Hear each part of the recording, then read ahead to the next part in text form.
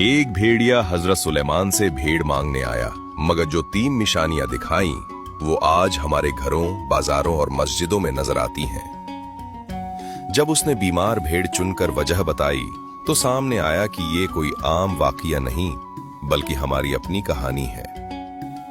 भेड़िए ने जो बद्दुआ दी वो आज हम पर पूरी हो रही है। रास्ते में मिलने वाली हर निशानी आज के समाज का आईना है। बीमार भेड़ का इंतखाब पढ़कर आपका दिल धड़केगा। ये कहानी सिर्फ माजी की बात नहीं बल्कि आपके मोबाइल स्क्रीन पर चल रही है।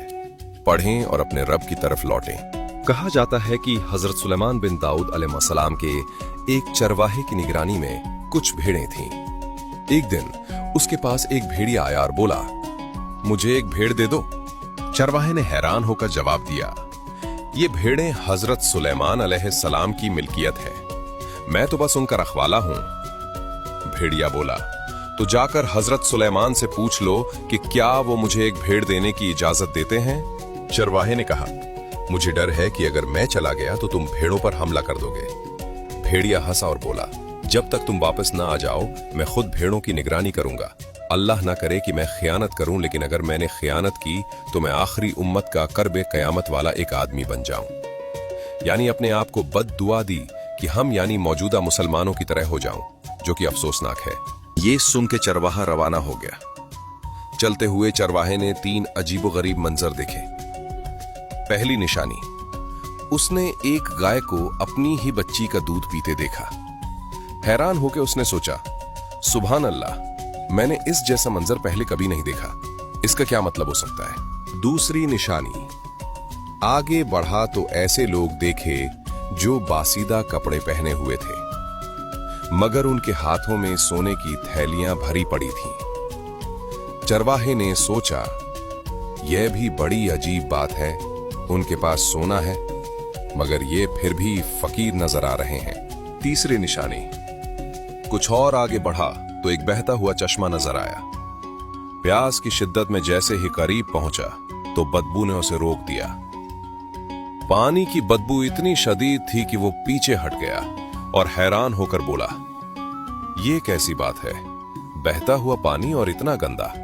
खैर वो हजरत सुलेमान अलैहिस्सलाम के पास पहुंचा और भेड़िए की दरख्वास्त बयान की। हजरत सुलेमान अलैहिस्सलाम ने फरमाया, ठीक है, मैंने उसे इजाजत दी कि वो एक भेड़ चुनकर खा ले। चरवाहे ने अर्ज किया, हुक्म बजा लाता हूं, मगर रास्ते में 3 अजीब चीजें देखी हैं, उनकी हकीकत जानना चाहता हूं। पहली निशानी का जवाब, ये आखिरी जमाने की निशानी है। माएं अपनी बेटियों को फितने में मुब्तला करेंगी ताकि खुद फायदा हासिल कर सके। दूसरी निशानी का जवाब, ये लोग डाकू और चोर हैं। जो माल हराम से आता है उसमें बरकत खत्म हो जाती है।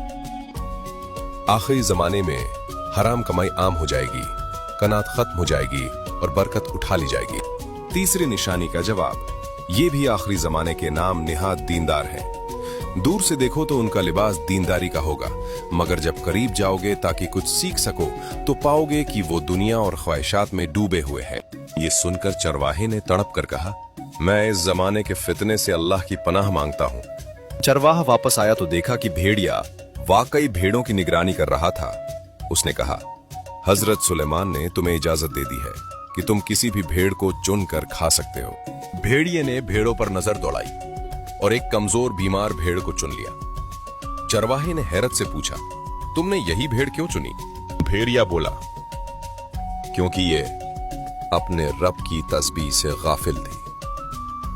जो अपने रब के जिक्र से गाफिल हो वो बहुत बड़ी आजमाइश में होता है। जब भेड़िए ने बीमार भेड़ चुनकर ये कहा कि ये अपने रब की तस्बीह से गाफिल थी तो चरवाहे की आंखों से आंसुओं की बारिश हो गई। उसने अपने गुनाहों की माफी मांगी और हजरत सुलेमान अलैहिस्सलाम के कदमों में गिरकर दुआ की, या अल्लाह मुझे कभी तेरे जिक्र से गाफिल ना करना।